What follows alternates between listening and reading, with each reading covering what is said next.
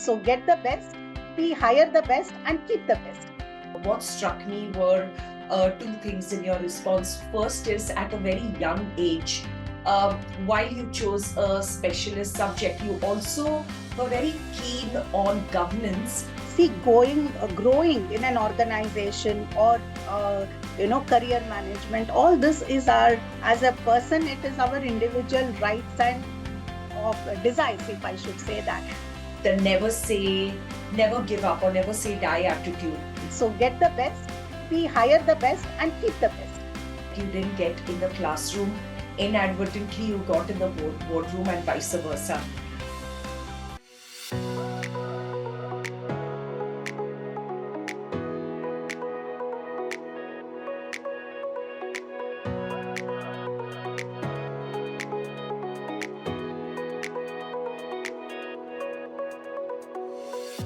Welcome to FaceTime with Leaders, a podcast series by Directors Institute World Council of Directors.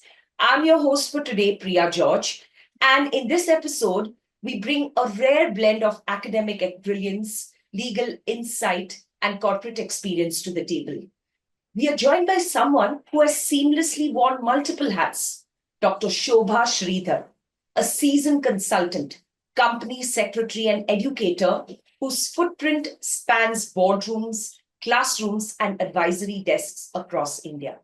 Her work in corporate law, human resource strategy, and business education has influenced professionals across generations. Dr. Shobha, it's truly an honor to have you with us today.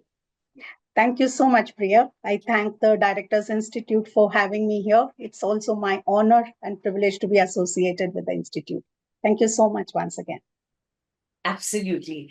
Dr. Shobha, your journey is one of depth and direction, from shaping governance frameworks to mentoring future leaders. Your career isn't just defined by years, it's also defined by impact. And that's what makes today's conversation so exciting. Yes. So my journey started about almost, say, 2.5 decades, like 25 years. So it has been a blend of both professional as well as social, a little bit of social uh, aspects also. So pan-India journey. Uh, I was always intrigued by the corporate governance, but more from the academic point of view in the beginning. And then as I dwelt into the boardrooms and the complexities of all their issues and all. So I started going in for the consulting. So, but Right. it has been a challenging aspect from the classroom to the boardroom. And I find Yes. there is a lot of similarities, and at the same time, we have a lot of challenges, different ones on both sides. So it has been a very nice journey always. Right. And we are looking to hear a little more about that journey, and that clarity is what we are diving in today. Yeah. So without further ado, let's start right there at the beginning. How did this incredible journey unfold?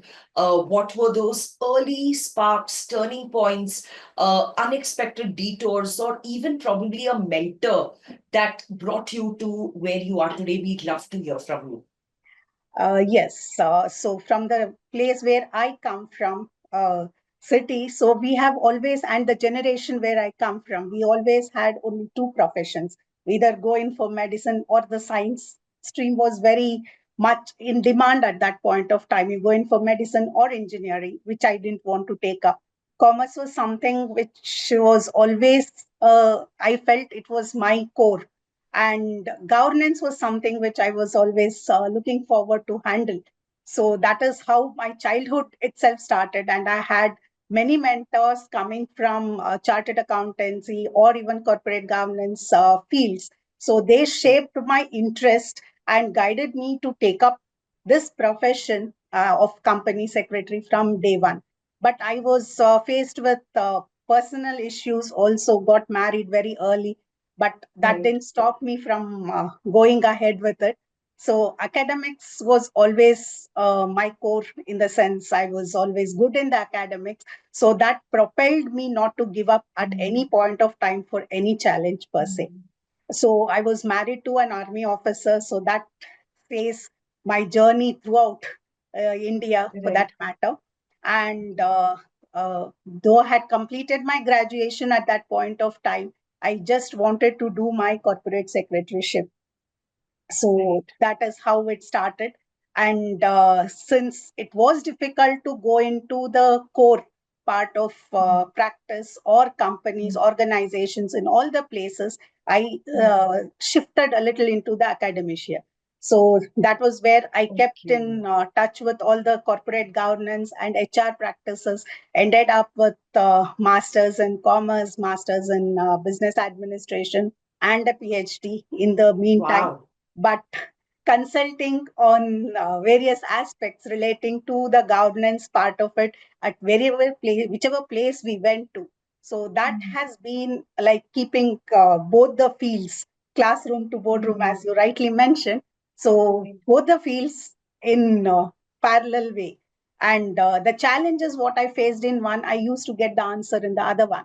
And if I have challenge in the classroom, I would get an answer in the boardroom consultations, or if there was any challenge in the consultation, I would get the You answer get in an answer. academics. So that gave me a path which was very strong and propelled me to keep continuing on this journey. So this was Right. the thing. So I just want to Right. add, now that we are in a situation of True. war boardroom or war, True. whatever it is, I did my studies in the bunker, and that helped me to get into Wow. whatever it is. So that was one of the most important Wow. challenges which I had faced in studies itself. It's not easy, I think, I can't especially imagine. coming through, but we should not succumb to any kind of challenge, whatever is there. True. There is always a way when you want to do something. So that is what I I, feel. yes, absolutely. Thank you Yeah. for sharing that. And what struck me were two things in your response. First is at a very young age, while you chose a specialist subject, you also were very keen on governance, a topic which people at that age, are not really aware of until they actually go into a corporate field, and that too much later in life. So it's interesting to hear how you were very fascinated by the role governance has to play in different organizations. The second thing that struck me is the never give up or never say die attitude. And when you talked about studying and learning, keeping your learning journey alive even in the harshest of conditions, I think it's very inspiring. So thank you for sharing that with us. Dr. Shobha, you've been guiding organizations for over 16 years now across HR frameworks, corporate law, compliance, and leadership practices. And what's very interesting is leaders often have the best intentions, but sometimes they, uh, the blind spots aren't about what they don't know, it's about what they don't see.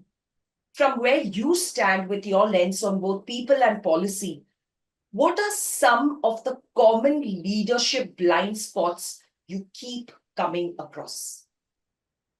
Uh, Actually, both of us, means like the leaders as well as the people who are in charge of implementing whatever policies are there, we see the same thing, but our approaches are different. Like I can give examples.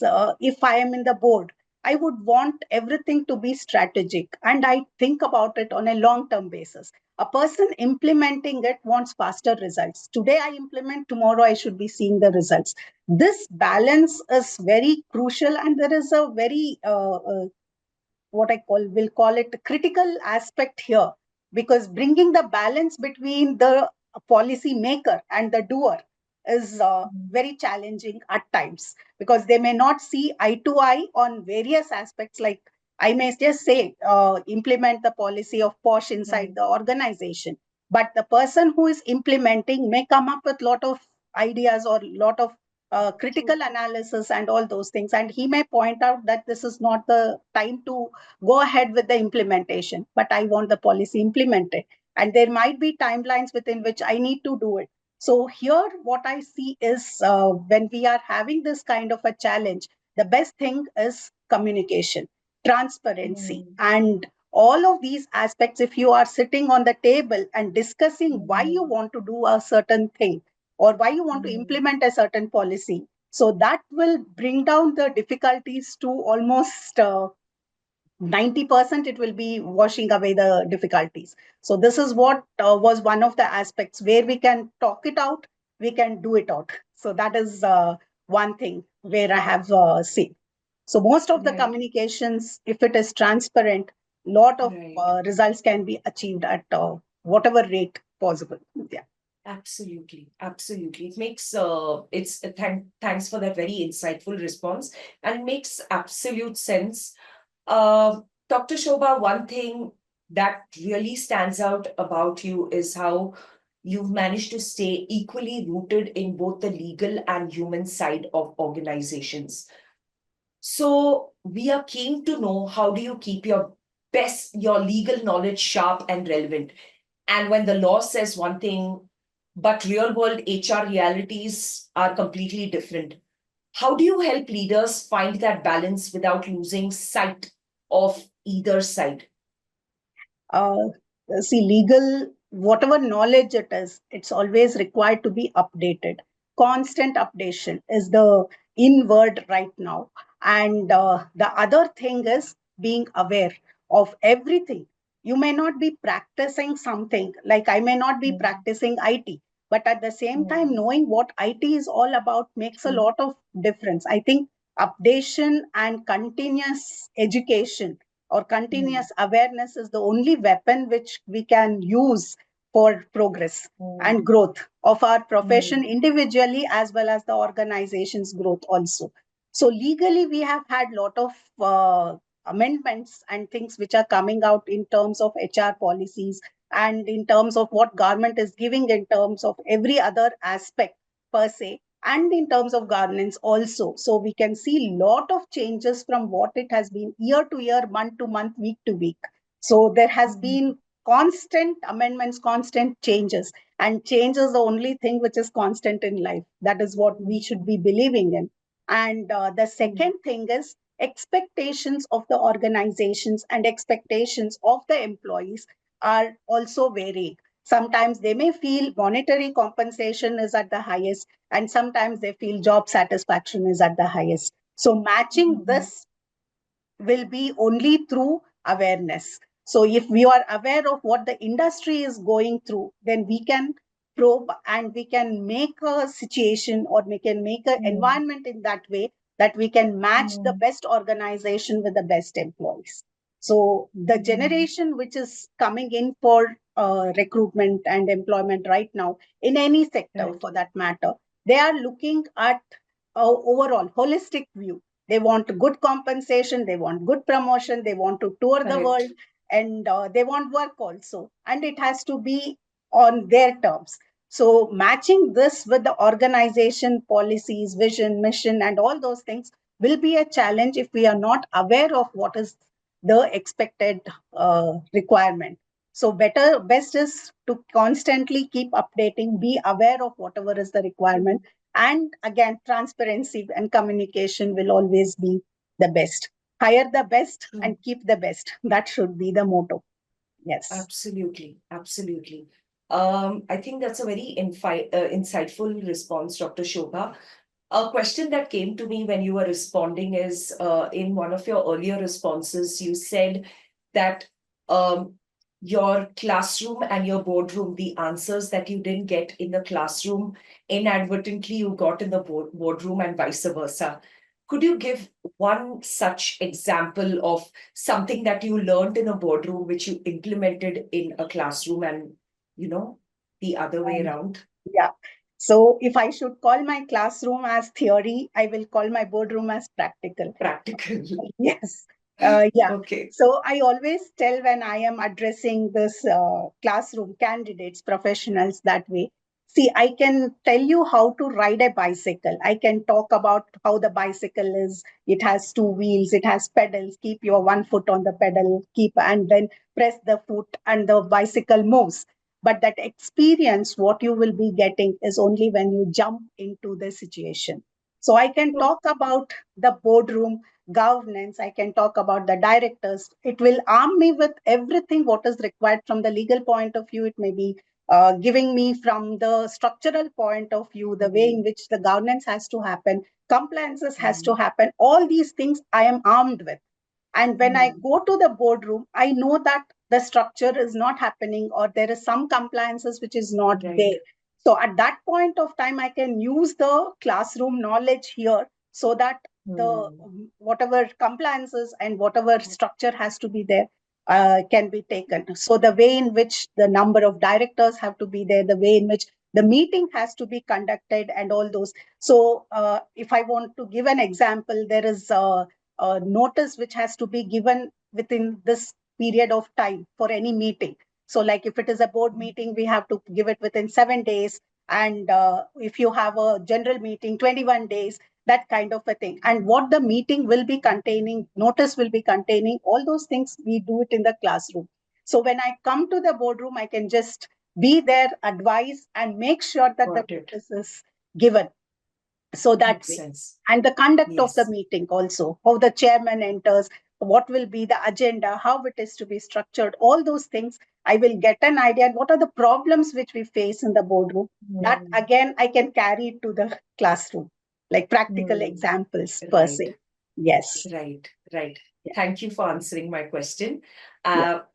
Moving on, Dr. Shobha, something that we found really interesting about your journey is how comfortably you switch between the legal structure of the company law and the most softer, more strategic space of public relations, and which is a very rare combination.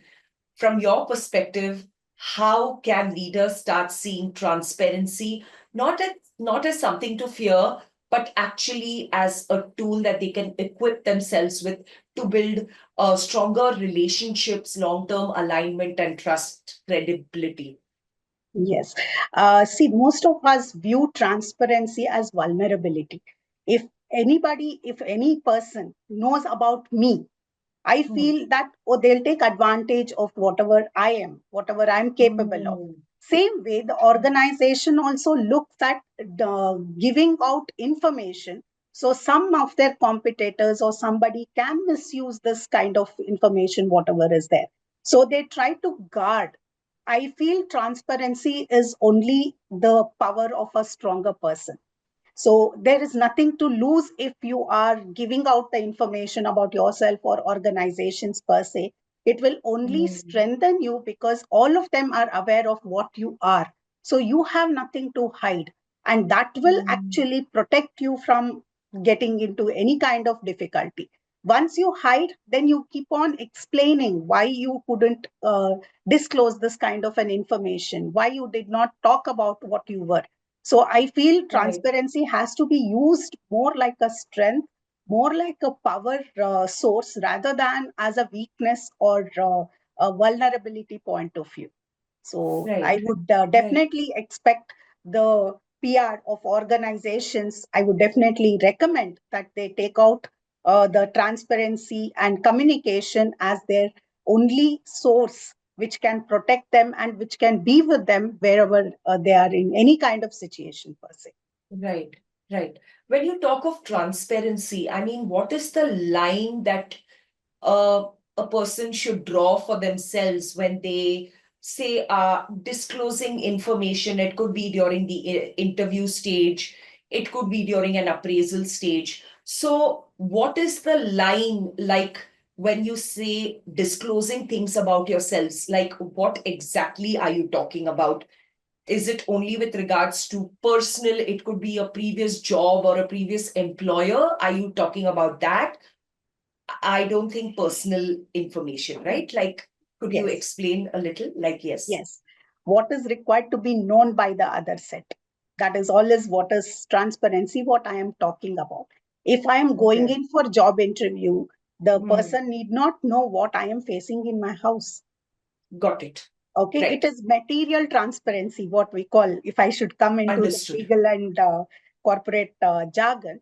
So it is Understood. whatever is relevant, we should not keep it. Like if it can influence a person or an organization from hiring you or firing you, That will Hmm. become material. So why let somebody else talk about you rather than you speak about it yourself? So that should be the Hmm. communication, what should be revealed, or what should be Right. transparent communication, what I'm talking. Understood. Yes. Uh, so, which brings me to another follow-up question. When during a job interview, there are questions asked many times on the line of why did you leave your previous organization? Sometimes, the interviewee may have faced a not very pleasant situation and may have left the organization on unpleasant terms. Hmm. So in that case, how transparent should the interviewee be? Okay, here this is a very thin line of difference Yeah. what we think at. The thing is, stick to the facts. Don't build stories. Like I Perfect. was treated badly by XYZ. I was not having the assignments which I wanted. I asked. That is all stories. You just need to show, just state that you were you were not comfortable, and that is why Hmm. you are looking for a different prospect. Be transparent, be truthful, and don't Right. weave stories. So that will create a positive impact on the interviewer Hmm. also, that okay, this person is truthful, because many of us don't want to speak about our experiences. We feel that if I Hmm. say I quit the job or I was thrown out of a job somewhere else, so that person may Hmm. not hire me because this is something negative. But if I'm Hmm. truthful, probably the impact will be more of a trust, like, see, this person has come and revealed the truth. He was thrown out, or Hmm. she quit the job for a reason which was not from the organization point of view, and Correct. all that. So that will create the trust that this person is dependable. They are not going to make up stories when they have to be hired or something like that. So that will create a more positive impact rather than hiding something, and they get to know Hmm. when they do a call to your to the Hmm. previous employer. Previous. Yeah, and they come up with stories and all those. So this will cut the situation, circumstance there itself. So you don't have to Right. go in for a call, or you may just know, you already know the reason, so they may not Right. try to get a backup at that point of time. Right. So this will help you Right. more than it is going to harm you. So truth is something what you should depend on, and don't weave stories. Be very Right. straightforward and to the point. You don't have to accuse Yes. people, but at the same Right. time, be point precise.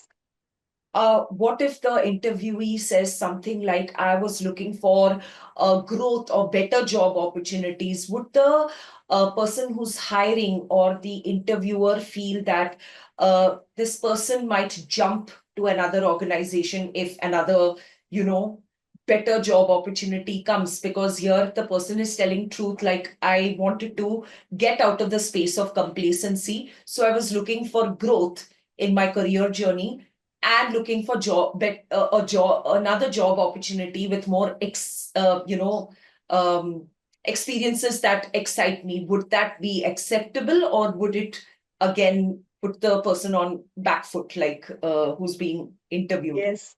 This is a very in question right now. We face it from both organizations as Yes. well as people coming in for interviews.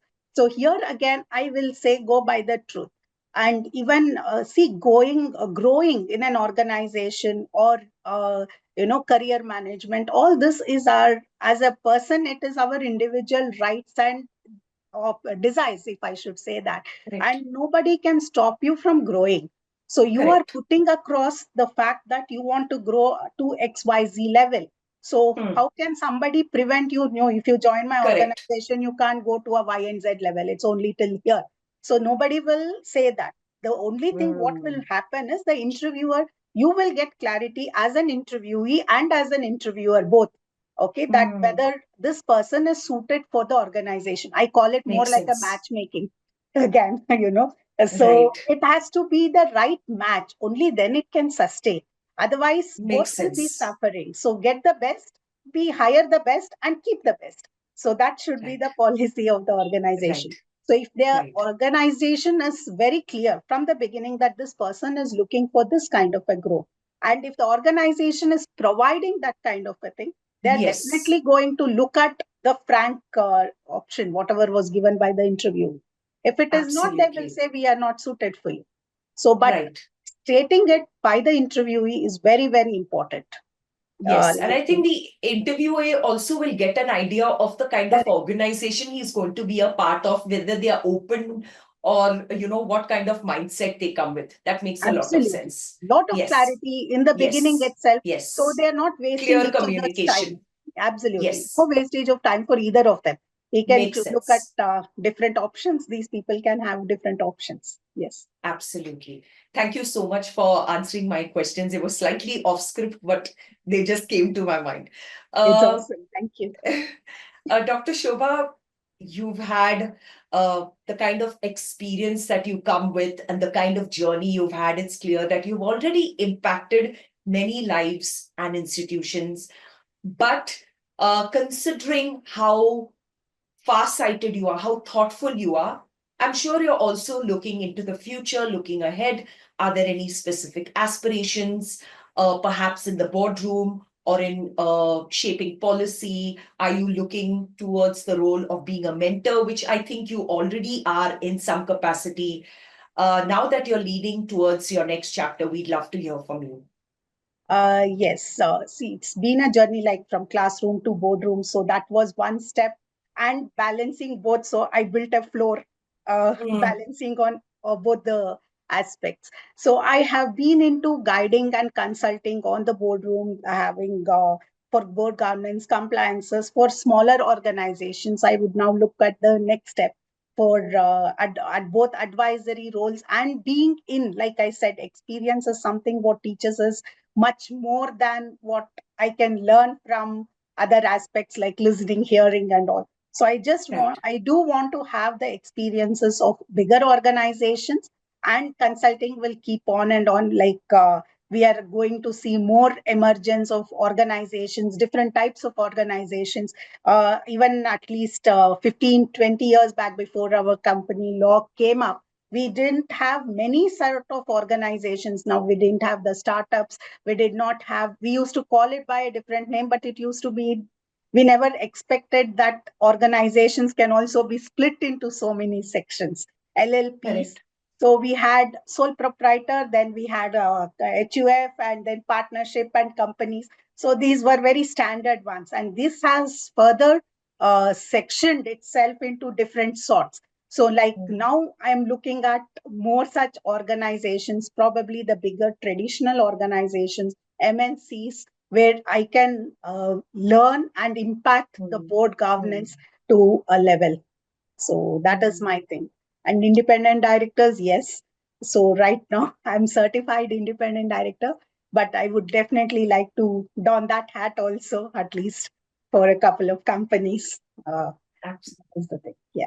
Absolutely. And I think with all your experience and your vision, the passion that you have, we wish you nothing but continued success.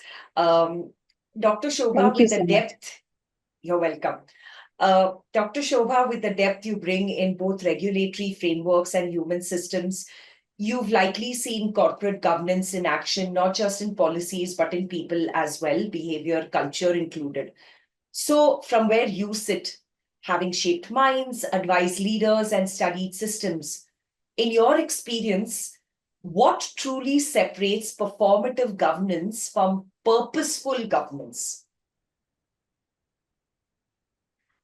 Oh, okay. Formative ones, I feel, unless you have a line of thought, unless you want Correct. to do something, there is no way in which governance can be implemented per se. Hmm, So hmm, I believe in coming reverse. So that has helped a lot. What is your ultimate goal? And from hmm, there, you come with a reverse structure. And from there, you start off building what should be your plan, how the things should be hmm, implemented, how you should walk this hmm, path. That will help you much more. If you don't have a goal, if you don't know the path in which you have to lead, I think any governance for that matter, or any policy, or any hmm, action for that matter, will not hold that ground till the time you're able hmm, to achieve it. Once you don't have a goal, hmm, you don't have a purpose, then there is no way, what you don't know where to go. So I think that hmm. is very important. True, true. I think it's a very clear and nuanced take, Dr. Shobha. And it's one thing to talk about frameworks and, a checklist of policies, but it's also important to make the corporate governance, the culture, the very fabric of the organization. I think that's really important. As we near the end of the interview, Dr. Shobha, um, we know you've recently joined Directors Institute, and we are very intrigued what inspired you to take that step, and how has your experience been so far when you think of the direction you see your journey taking, especially of boardroom readiness and governance perspective? Okay. The first thing what intrigued me into the Directors Institute when I got to know about it through my friends was the way in which things have been planned.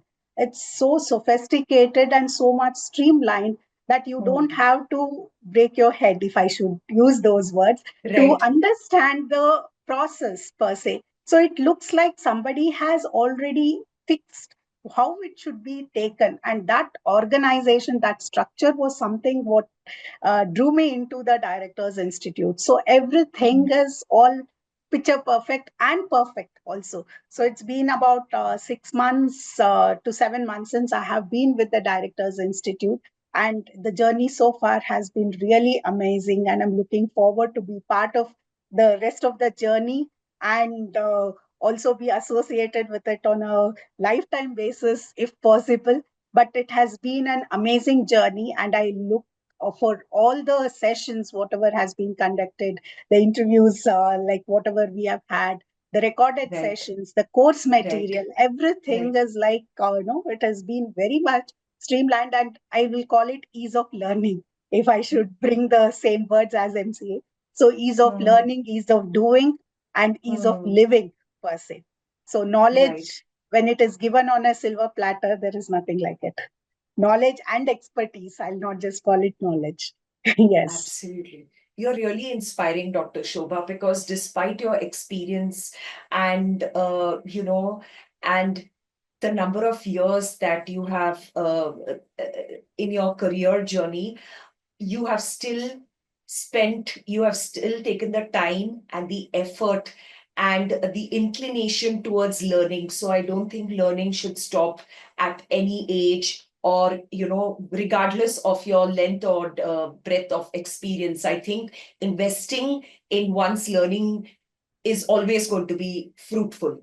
So thank you for sharing that with us. And I think it's a really insightful and inspiring conversation for many of our audience and the listeners as well. Dr. Shobha, this conversation has been such a rich blend of insight, experience, and reflection.